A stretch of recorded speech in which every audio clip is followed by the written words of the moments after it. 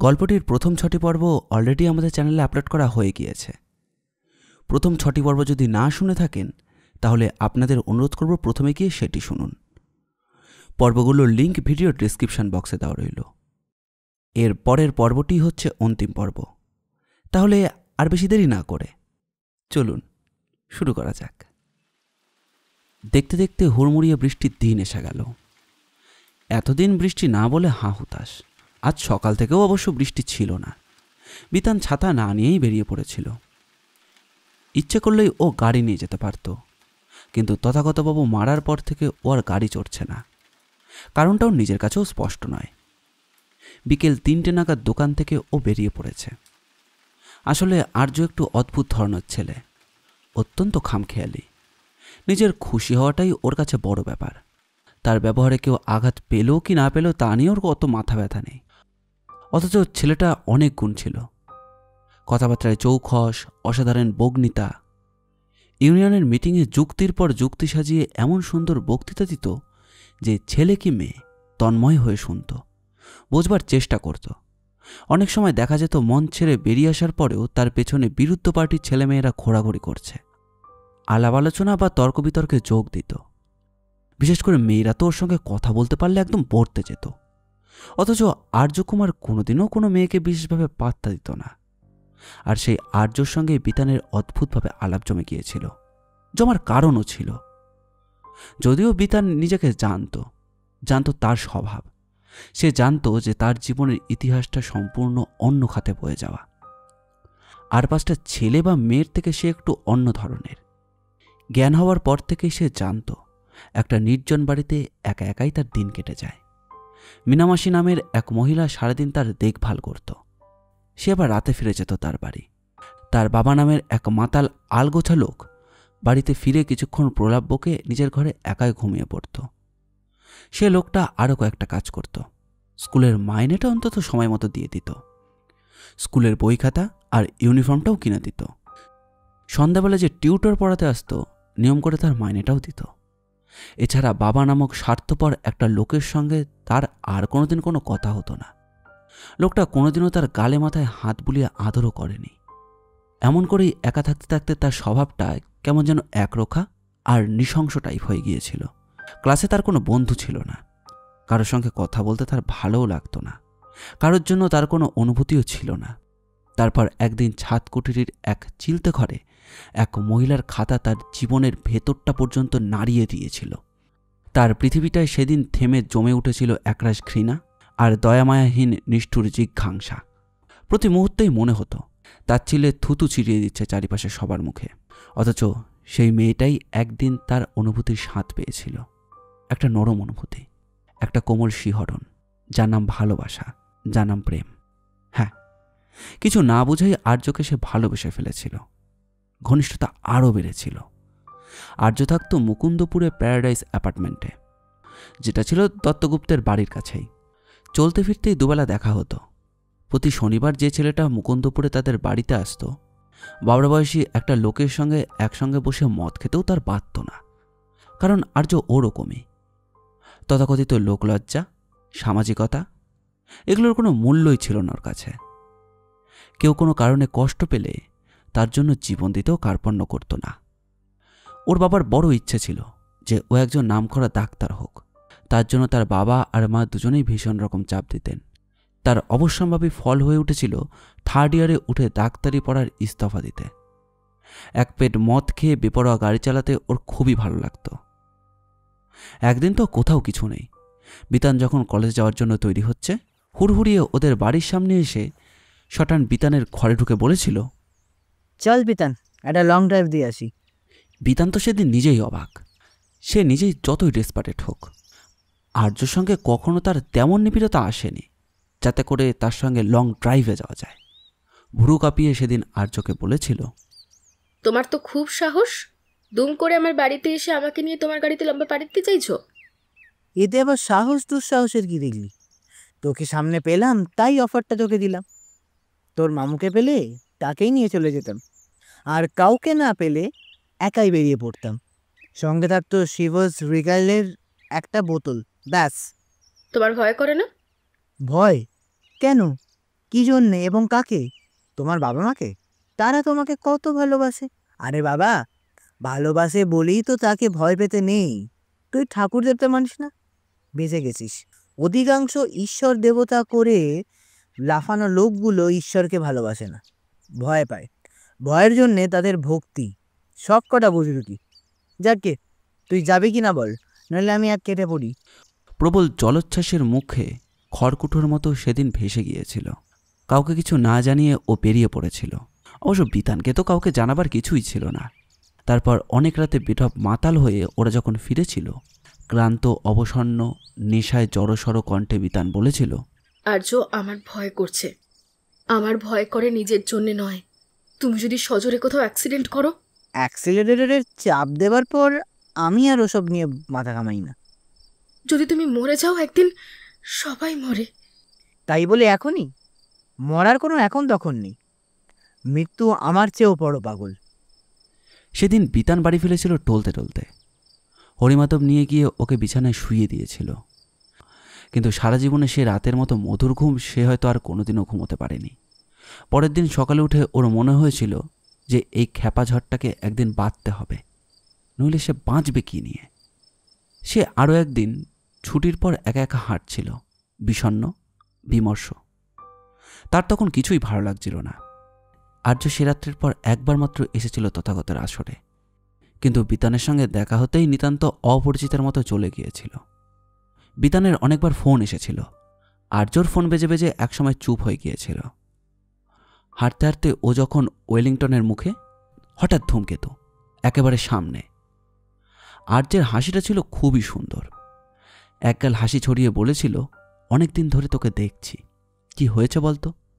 তোর কলেজের কত মেয়ে আছে, তাদের কত বন্ধুবান্ধব আছে, তারা হাসে আনন্দ করে, একসঙ্গে সিনেমায় যায়, একসঙ্গে বসে মদ খায়, কিন্তু তুই দল ছাড়া কেন? তোর কোনো কিছুতে টান নেই কেন? এই প্রশ্নটা আর্য আরও দু একবার করেছিল। বিতান নীরবে পাশ কাটিয়ে গিয়েছিল। তবু আর্য এড়িয়ে বাঁচেনি। বিতান জানত থার্ড ইয়ার পর্যন্তই ডাক্তারি পড়া, রাজনীতি করা ছাত্র ইউনিয়নের লিডার শ্রেণীর লোক, হাতে তার অনেক ক্ষমতা। এটাও বিতান জানত। আর্য যতই মেয়েদের সংস্পর্শ এড়িয়ে থাক, মেয়েদের ব্রহ্মাস্ত্র থাকে তাদের শরীরের শাখায় প্রশাখায়। উদ্দাম শারীরিক মায়ায় আর্য তো শিশু। সেদিনের পর থেকে আর্যর আর ফোন আসছে না, মোবাইল সুইচড অফ। তথাগত দত্তগুপ্তের মৃত্যুর পর মুকুন্দপুরের বাড়িতে ব্রহ্মানন্দের যাতায়াত অনেক বেড়ে গেছে। সুযোগ পেলেই আসে। অবশ্য সেটা দীপিতা বা তার বিকলাঙ্গ পুত্রের টানে নয়, সারা জীবনের একটিমাত্রই চাহিদা, কিভাবে বিনা পরিশ্রমে শুয়ে ঘুমিয়ে বালিশের নিচে টাকা এসে যাবে। গতর খাটিয়ে টাকা রোজগারের কোনো ইচ্ছেই ওর ছিল না, এখন তো নেই। দুপুরের দিকে আসাই ওর পক্ষে শ্রেয়। তখন বিতান বাড়িতে থাকে না, বিতান ওকে দেখতে পারে না। দীপিতা দত্তগুপ্তের চাপেই ওকে কাউন্টারে বসার অধিকার দিয়েছিল, কিন্তু মানুষের স্বভাব তাকে ছাড়তে চায় না। আজও দোকানের মুখোমুখি না হয়ে ও সোজা চলে এসেছিল মুকুন্দপুরে। কি ব্যাপার, তুমি হঠাৎ এ সময়ে? গাল এটো করা হাসি নিয়ে ব্রহ্মানন্দ বলল, এটা এটা তুমি কি বললে দীপা? তোমার বাড়ি আসবো, তার আবার সময় অসময়ের কি আছে? হ্যাঁ, কি আছে? তোমার এসব গা জ্বলানো কথাবার্তা আমার অনেক শোনা হয়ে গেছে। তাছাড়া বিতানও পছন্দ করে না।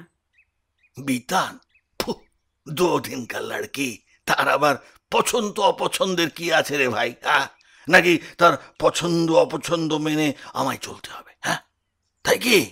হবে, কারণ সে তোমার মেয়ে হলেও তার মধ্যে তোমার ছায়া ছিটা ফোটাও নেই।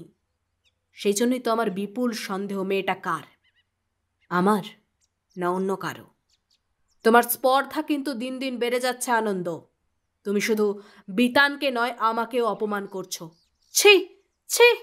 হ্যাঁ, তোমায় কি আমি অপমান করতে পারি নাকি? হ্যাঁ, তবে আমার বিশ্বাস করো, মাঝে মাঝে না সন্দেহ হয় বিতানের আসল বাপটা কে।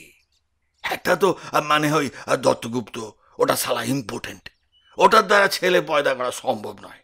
কিন্তু কিন্তু আমার আমার ওই তুতো ভাই যে তোমাকে চিলের মতো ছোঁ মেরে নিয়ে গিয়েছিল, সেই সেনের পোলা না না ব্রহ্মানন্দ সাধু?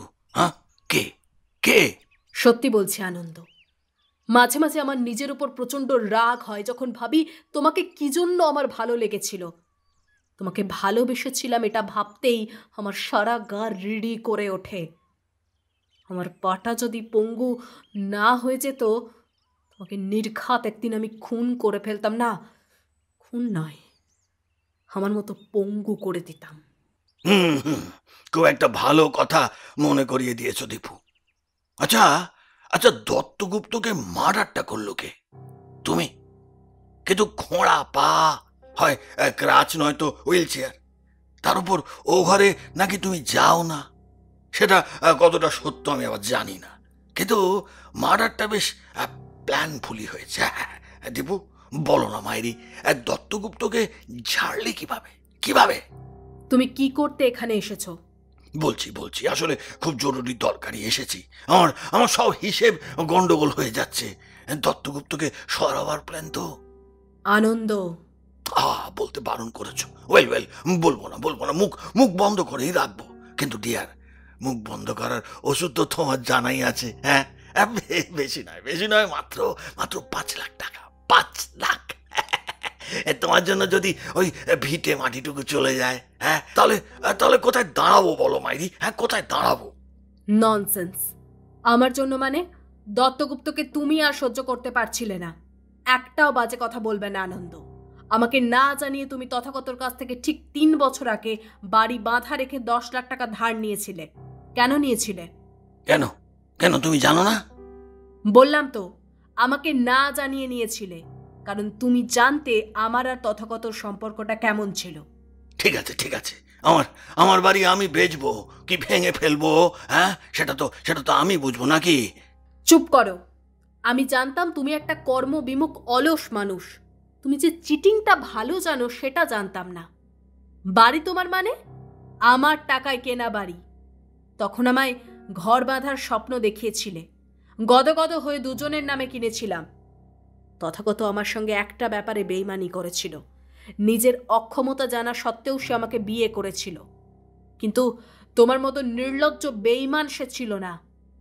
যাকে এখন কি করতে এসেছো সেটাই বলো। হ্যাঁ, আসল কথাটাই বলা আগে দরকার। তথাগতকে ফাঁসাবার জন্যে 10 লাখ টাকার জাল নোটের দরকার পড়েছিল। সেটা তো তোমারই নির্দেশে। আসল কথাটা বলো। 10 লাখ টাকার জাল নোটের বদলে নৌশাদ আলীকে যে 5 লাখ টাকা দিতে হবে, দিয়ে দাও। কে বারণ করেছে? তোর বোকা মেয়ে, আমার কাছে টাকা কোথায় রে? টাকা কোথায় মানে? কর করে 10 লাখ টাকা তথাগতর কাছ থেকে নিয়ে গেছো, সে টাকা কোথায়? সে তো 3 বছর আগের কথা। তুমি কোথাকার নবাব খানজা খাঁ যে 3 বছরে 10 লাখ টাকা ফুঁকে দিলে? আজকের দিনে 10 লাখ টাকার কি ভ্যালু আছে বলো মাই ডিয়ার? হ্যাঁ, এ হাত থেকে ও হাতে গেলেই তো 10 লাখ টাকা শেষ। থাকে অত টাকার হিসেব আমি দিই না, দিতে পারবো না। এখন 5 লাখ না দিলে নওশাদকে তো তুমি চেনো না। টাকা না পেলে কোন দিন আমাকে উড়িয়ে দেবে। এটা তুমি সহ্য করতে পারবে তো? হ্যাঁ, সহ্য করতে পারবে? আমার মরা মুখ তুমি দেখতে পারবে তো? তোমার ছেলের মাথায় হাত দিয়ে বলো, ছেলের মাথায় হাত দিয়ে বলো। ছেলের মাথায় হাত দিয়ে আমি এখনই একটা কথা বলতে পারি। কি বলো। আমার হাতে যদি একটা পিস্তল থাকতো, তোমার মাথাটা এখনই গুঁড়িয়ে দিতাম। আনন্দ, তুমি সম্ভবত একটা ব্যাপার জানো না। ভাঙা আয়নায় যেমন গোটা মুখ দেখা যায় না, তেমনি চোট খাওয়া মেয়েরা সাপিনীর চেয়েও হিংস্র হয়ে ওঠে। যাও, কথা বাড়িও না। 1 টাকাও তুমি পাবে না। আমি তাহলে বাদুর বাগানের বাড়িটা বেচেই দিই। আমার মেয়েটাকে কি আমি সাত করে দোকানের ভার দিয়েছি? তোমার মতো একটা নচ্ছার কুলাঙ্গারকে কি দোকানের কাউন্টারে বসিয়েছি এমনি? কি মনে করো তুমি? অবশ্য তুমি সবকিছু মনে করার বাইরে। দোকানে বসিয়েছিলাম যাতে মাস গেলে কিছু টাকা হাতে এলে অন্তত দুবেলার খাওয়ারটা জোটে তোমার। রাতের বেলা মদের বোতলটা আসবে, কিন্তু বলে যাও। বিতান তোমার সব খবর রাখে। বাদুর বাগানের বাড়িটা ফের 2 লাখ টাকায় বন্ধক রেখেছ। কার কাছে এখনো সেটা জানি না, কিন্তু সেই টাকাটা নওশাদের কাছে যায়নি। কি করেছো টাকাটা নিয়ে? তুই যখন বুঝলে তাহলে বলি, জালি নোটের 5 লাখ টাকা তো তোমার দেওয়ার কথা, তাই নয় কি? তোমার দেওয়ার কথা। না, তথাগতকে আমি মারতে চেয়েছিলাম। আমার আর আমার ছেলের জীবনটা খুব রিস্কের মধ্যে ছিল, কিন্তু পুরনো ঝাল মেটাবার জন্য তুমি ফাঁসানোর মতলব করেছিলে তথাগতকে, এবং সেটা আমায় সামনে রেখে। আমি তোমাকে বাধা দিইনি, সেটাই আমার দোষ।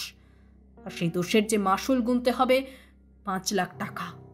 তুমি তুমি এক্ষুনি বেরিয়ে যাও। 1 টাকাও আর কোনোদিন আমার কাছ থেকে পাবে না। হ্যাঁ, তাহলে কিন্তু বাদুর বাগানের বাড়ি বিক্রি হয়ে যাবে। এত কচি খুকি আমি নই। তুমি যার কাছে বাড়ি বন্ধক রেখে টাকা নিয়েছো, সেই মদন আদতে আমার লোক।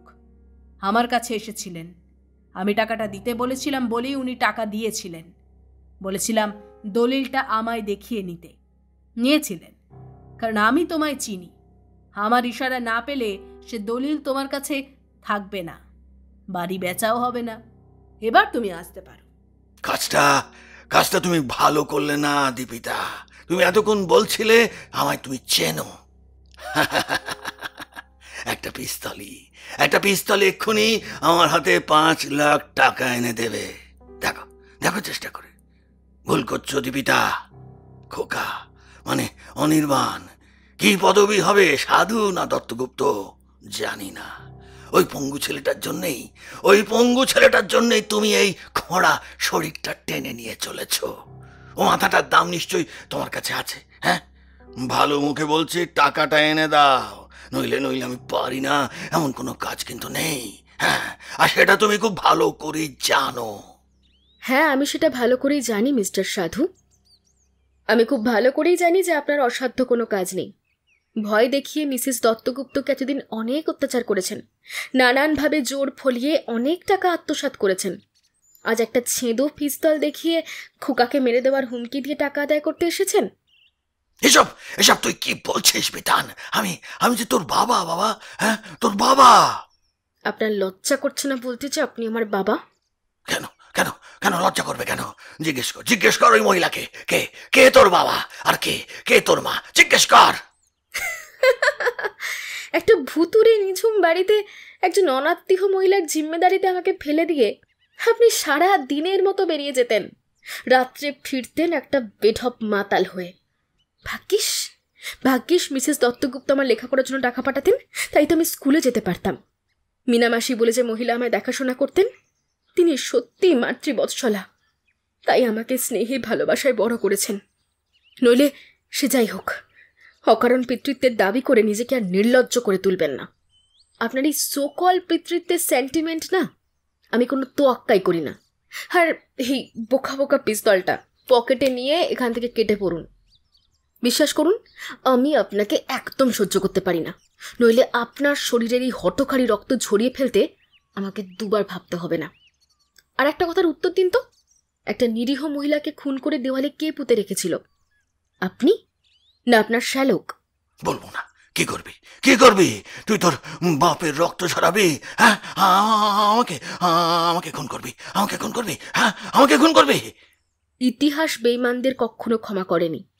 আপনি শুধু আমার সঙ্গে নয়, আমার মায়ের সঙ্গে বেঈমানি করেছেন। যাকে আপনাকে বলছি, আপনি এক্ষুনি এখান থেকে চলে যান।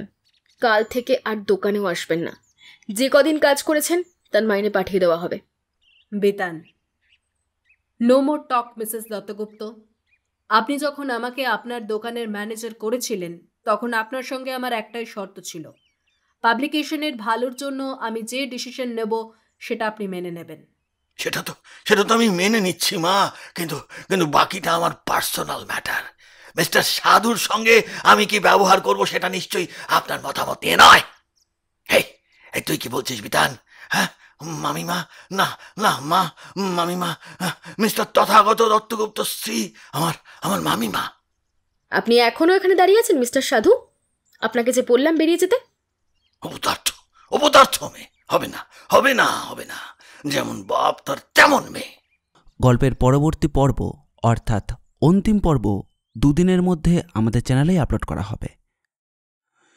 দ্রুত আপডেট পেতে আমাদের এই চ্যানেলটিকে সাবস্ক্রাইব করে রাখবেন এবং এই পর্বটি কেমন লাগলো সেটি কমেন্ট করে জানাবেন।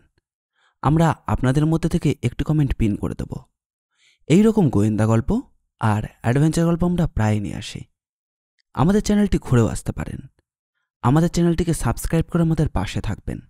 আপনাদের ভালোবাসা একান্ত কাম্য। ধন্যবাদ।